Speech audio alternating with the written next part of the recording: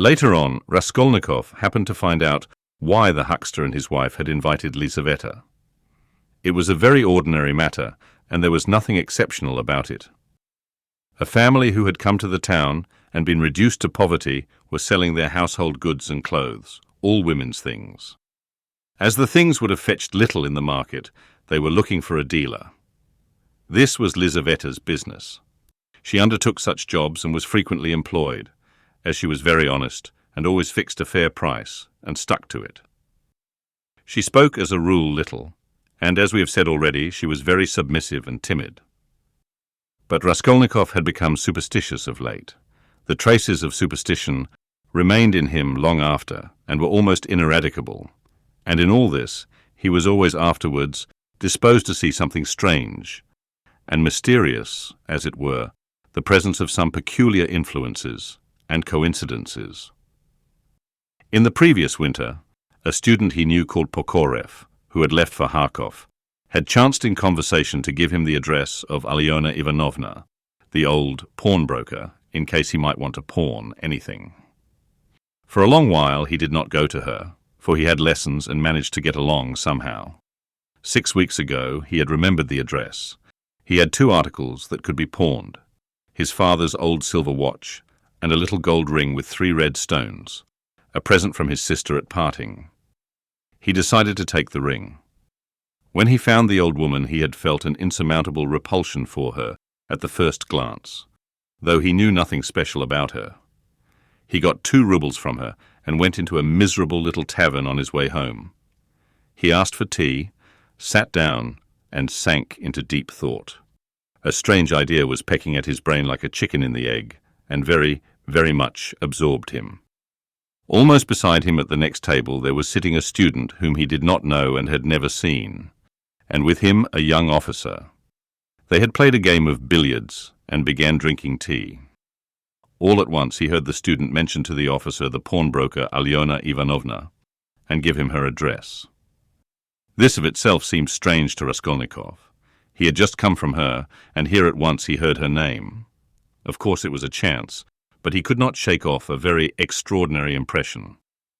And here someone seemed to be speaking expressly for him. The student began telling his friend various details about Alyona Ivanovna. "She is first-rate," he said. "You can always get money from her. She is as rich as a Jew. She can give you 5,000 rubles at a time, and she is not above taking a pledge for a ruble. Lots of our fellows have had dealings with her. But she is an awful old harpy."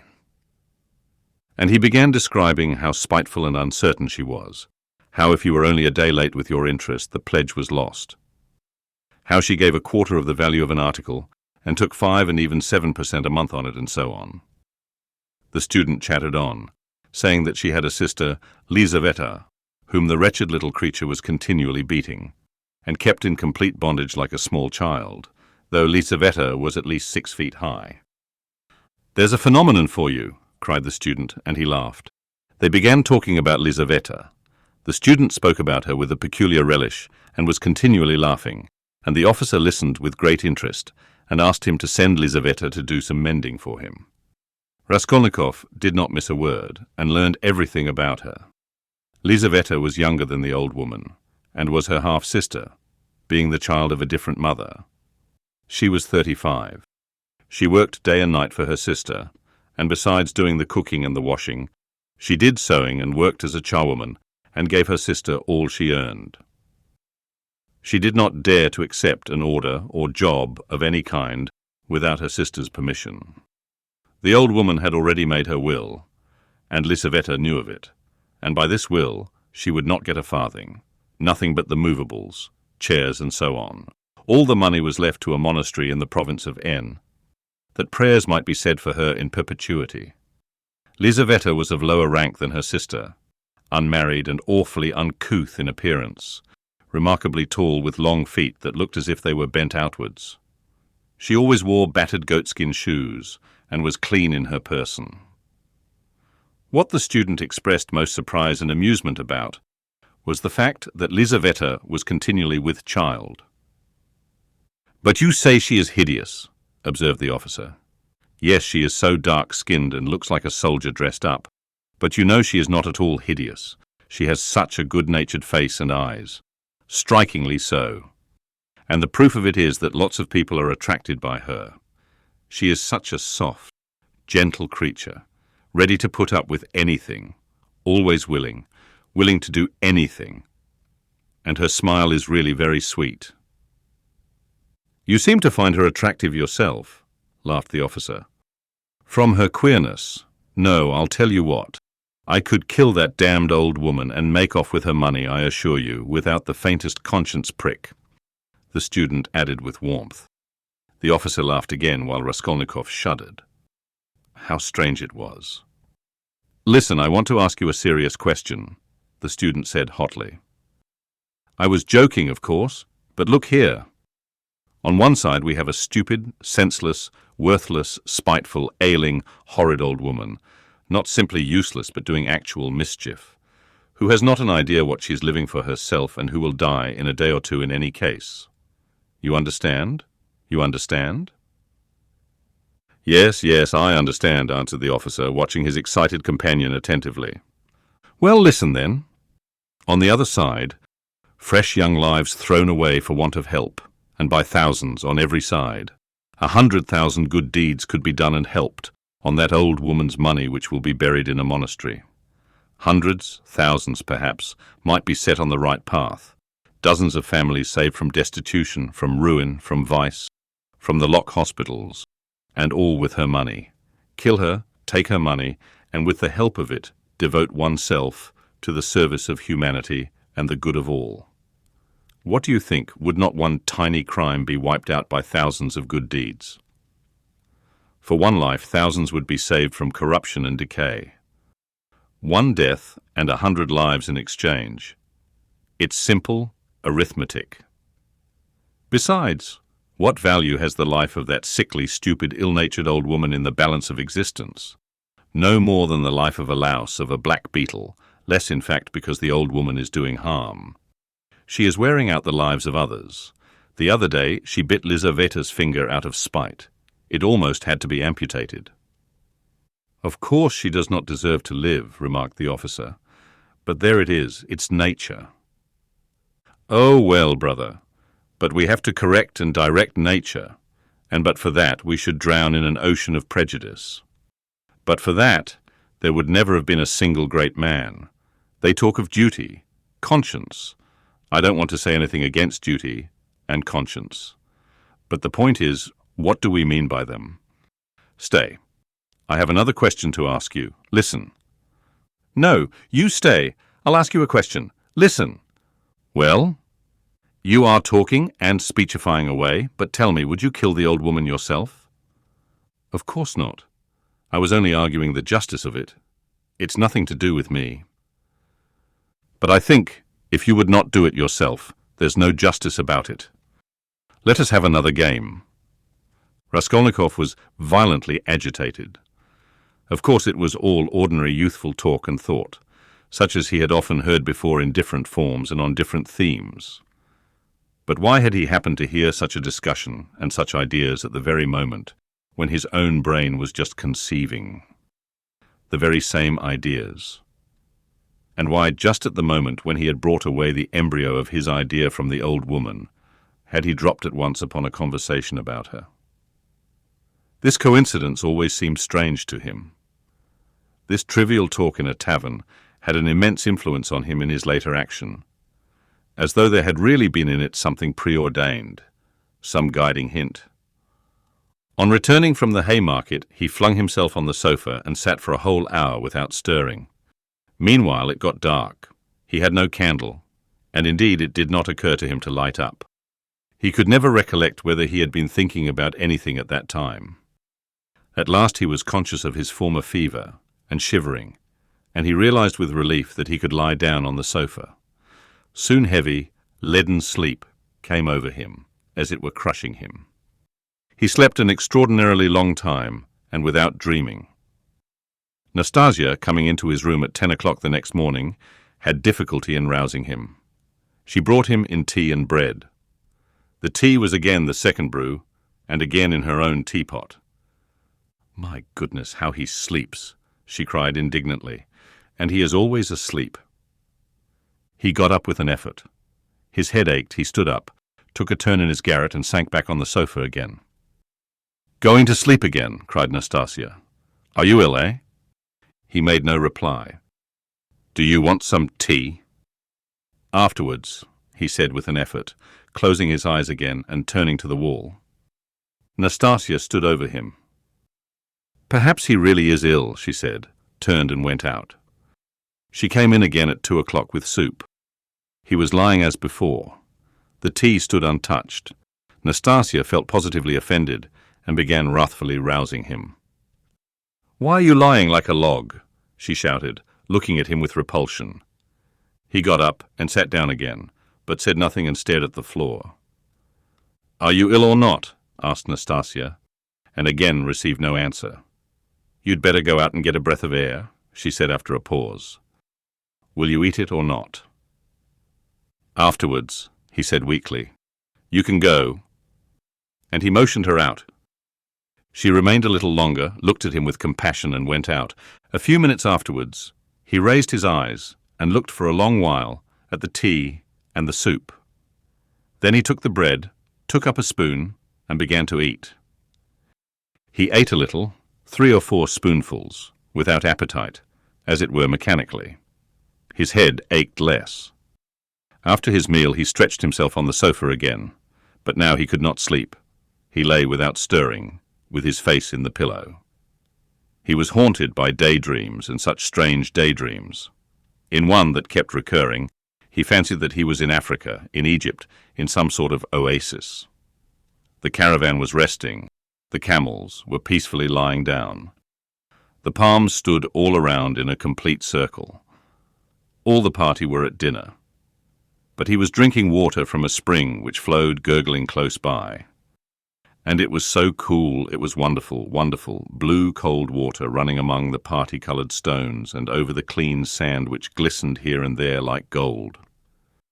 Suddenly he heard a clock strike. He started, roused himself, raised his head, looked out of the window, and seeing how late it was, suddenly jumped up wide awake as though someone had pulled him off the sofa. He crept on tiptoe to the door, stealthily opened it and began listening on the staircase. His heart beat terribly. But all was quiet on the stairs, as if everyone was asleep. It seemed to him strange and monstrous that he could have slept in such forgetfulness from the previous day and had done nothing, had prepared nothing yet. And meanwhile, perhaps it had struck 6. And his drowsiness and stupefaction were followed by an extraordinary feverish, as it were distracted haste. But the preparations to be made were few. He concentrated all his energies on thinking of everything and forgetting nothing. And his heart kept beating and thumping so that he could hardly breathe. First he had to make a noose and sew it into his overcoat, a work of a moment. He rummaged under his pillow and picked out amongst the linen stuffed away under it a worn-out, old, unwashed shirt. From its rags he tore a long strip, a couple of inches wide and about 16 inches long. He folded this strip in 2, took off his wide, strong summer overcoat of some stout cotton material, his only outer garment, and began sewing the 2 ends of the rag on the inside, under the left armhole. His hands shook as he sewed, but he did it successfully so that nothing showed outside when he put the coat on again. The needle and thread he had got ready long before, and they lay on his table in a piece of paper. As for the noose, it was a very ingenious device of his own. The noose was intended for the axe. It was impossible for him to carry the axe through the street in his hands. And if hidden under his coat, he would still have had to support it with his hand, which would have been noticeable. Now, he had only to put the head of the axe in the noose, and it would hang quietly under his arm on the inside. Putting his hand in his coat pocket, he could hold the end of the handle all the way, so that it did not swing. And as the coat was very full, a regular sack in fact, it could not be seen from outside that he was holding something with the hand that was in the pocket. This noose, too, he had designed a fortnight before. When he had finished with this, he thrust his hand into a little opening between his sofa and the floor, fumbled in the left corner, and drew out the pledge, which he had got ready long before and hidden there. This pledge was, however, only a smoothly planned piece of wood, the size and thickness of a silver cigarette case. He picked up this piece of wood in one of his wanderings in a courtyard, where there was some sort of a workshop. Afterwards, he had added to the wood a thin, smooth piece of iron, which he had also picked up at the same time in the street.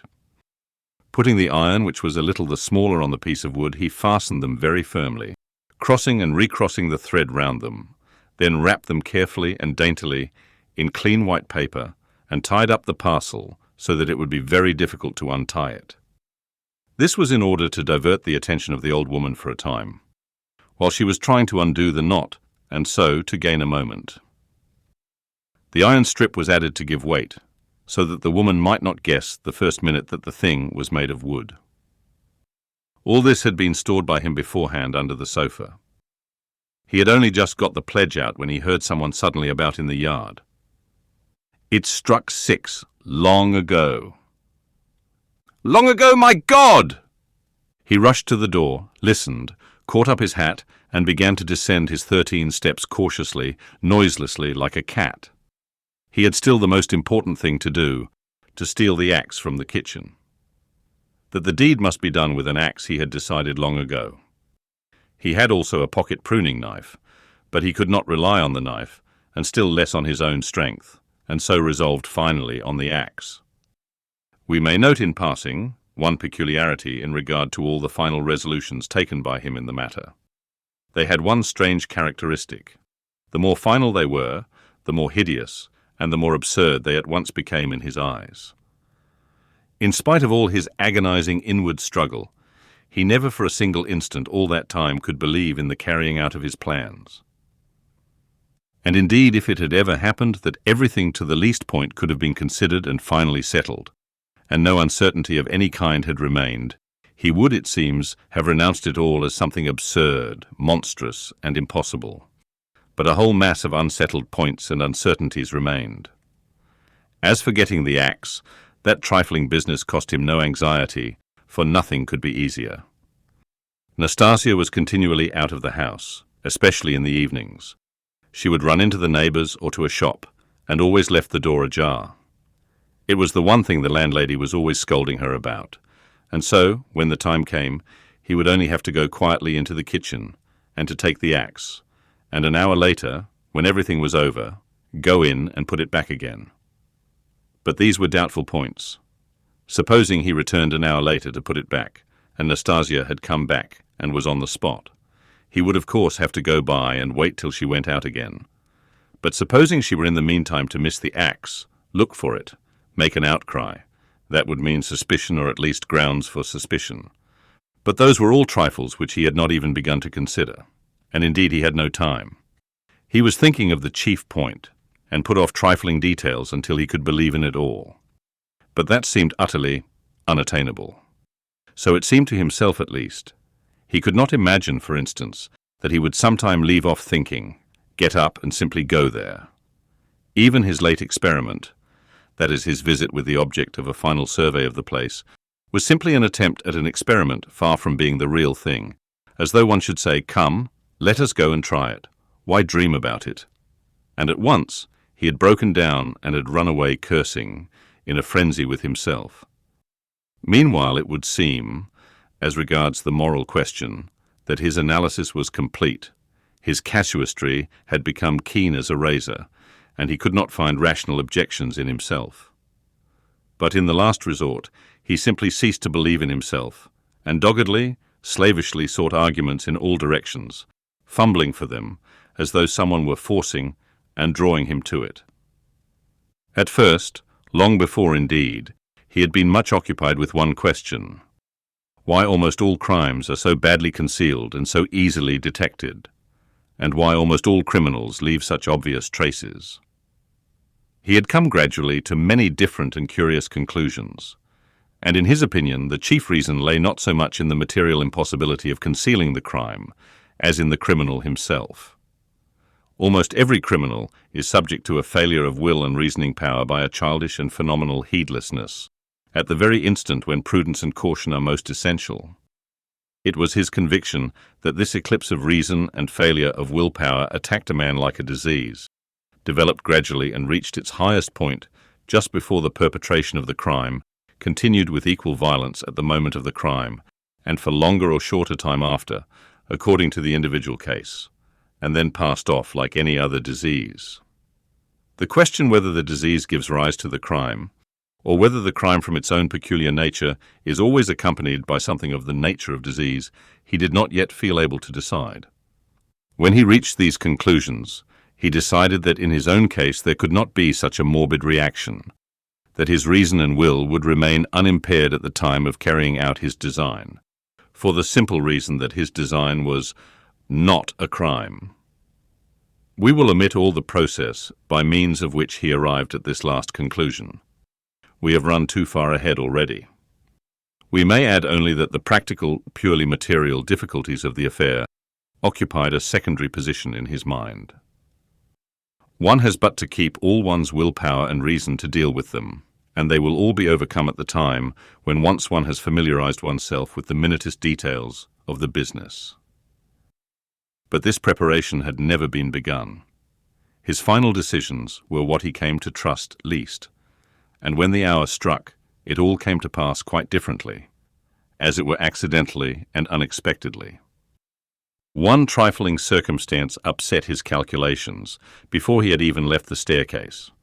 When he reached the landlady's kitchen, the door of which was open as usual, he glanced cautiously in to see whether, in Nastasia's absence, the landlady herself was there, or if not, whether the door to her own room was closed, so that she might not peep out when he went in for the axe. But what was his amazement when he suddenly saw that Nastasia was not only at home in the kitchen, but was occupied there, taking linen out of a basket and hanging it on a line. Seeing him, she left off hanging the clothes, turned to him and stared at him all the time he was passing. He turned away his eyes and walked past as though he noticed nothing. But it was the end of everything. He had not the axe. He was overwhelmed. What made me think, he reflected as he went under the gateway. What made me think that she would be sure not to be at home at that moment? Why did I assume this so certainly?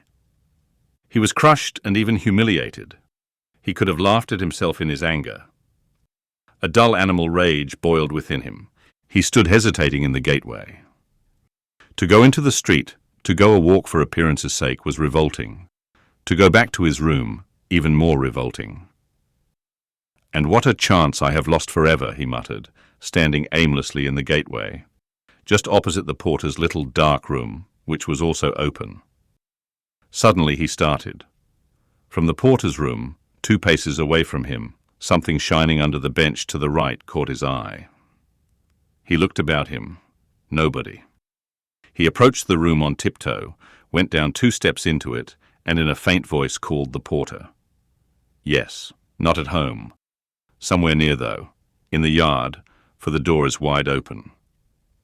He dashed to the axe, it was an axe, and pulled it out from under the bench, where it lay between 2 chunks of wood. At once, before going out, he made it fast in the noose. He thrust both hands into his pockets and went out of the room. No one had noticed him. When reason fails, the devil helps, he thought with a strange grin. This chance raised his spirits extraordinarily. He walked along quietly and sedately, without hurry, to avoid awakening suspicion. He scarcely looked at the passers-by, tried to escape looking at their faces at all, and to be as little noticeable as possible. Suddenly he thought of his hat. Good heavens! I had the money the day before yesterday, and did not get a cap to wear instead. A curse rose from the bottom of his soul. Glancing out of the corner of his eye into a shop, he saw by a clock on the wall that it was 10 minutes past 7. He had to make haste, and at the same time to go some way round, so as to approach the house from the other side. When he had happened to imagine all this beforehand, he had sometimes thought that he would be very much afraid. But he was not very much afraid now, was not afraid at all indeed. His mind was even occupied by irrelevant matters, but by nothing for long. As he passed the Yusupov garden, he was deeply absorbed in considering the building of great fountains, and of their refreshing effect on the atmosphere in all the squares. By degrees, he passed to the conviction that if the summer garden were extended to the field of Mars, and perhaps joined to the garden of the Mihailovsky Palace, it would be a splendid thing and a great benefit to the town. Then he was interested by the question why, in all great towns, men are not simply driven by necessity, but in some peculiar way inclined to live in those parts of the town where there are no gardens nor fountains, where there is most dirt and smell and all sorts of nastiness. Then his own walks through the Haymarket came back to his mind, and for a moment he waked up to reality. What nonsense, he thought. Better think of nothing at all. So probably men led to execution clutch mentally at every object that meets them on the way, flashed through his mind, but simply flashed like lightning. He made haste to dismiss this thought, and by now he was near. Here was the house, here was the gate. Suddenly, a clock somewhere struck once. What, can it be 7:30? Impossible! It must be fast. Luckily for him, everything went well again at the gates. At that very moment, as though expressly for his benefit, a huge wagon of hay had just driven in at the gate, completely screening him as he passed under the gateway, and the wagon had scarcely had time to drive through into the yard before he had slipped in a flash to the right. On the other side of the wagon he could hear shouting and quarrelling, but no one noticed him, and no one met him. Many windows looking into that huge quadrangular yard were open at that moment, but he did not raise his head. He had not the strength to. The staircase leading to the old woman's room was close by, just on the right of the gateway. He was already on the stairs. Drawing a breath, pressing his hand against his throbbing heart, and once more feeling for the axe and setting it straight, he began softly and cautiously ascending the stairs, listening every minute. But the stairs, too, were quite deserted. All the doors were shut. He met no one. One flat indeed on the first floor was wide open, and painters were at work in it, but they did not glance at him. He stood still, thought a minute, and went on.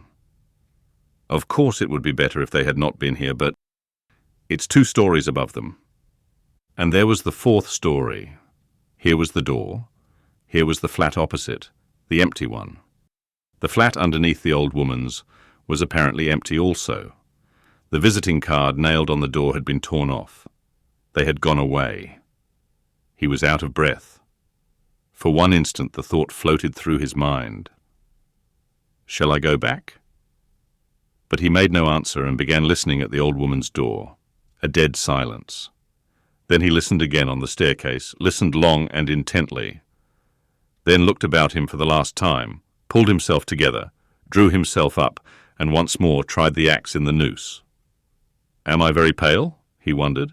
Am I not evidently agitated? She is mistrustful. Had I better wait a little longer, till my heart leaves off thumping? But his heart did not leave off. On the contrary, as though to spite him, it throbbed more and more violently. He could stand it no longer. He slowly put out his hand to the bell and rang. Half a minute later he rang again, more loudly. No answer. To go on ringing was useless and out of place. The old woman was, of course, at home, but she was suspicious and alone. He had some knowledge of her habits, and once more he put his ear to the door. Either his senses were peculiarly keen, which it is difficult to suppose, or the sound was really very distinct. Anyway, he suddenly heard something like the cautious touch of a hand on the lock and the rustle of a skirt at the very door. Someone was standing stealthily close to the lock, and just as he was doing on the outside, was secretly listening within, and seemed to have her ear to the door.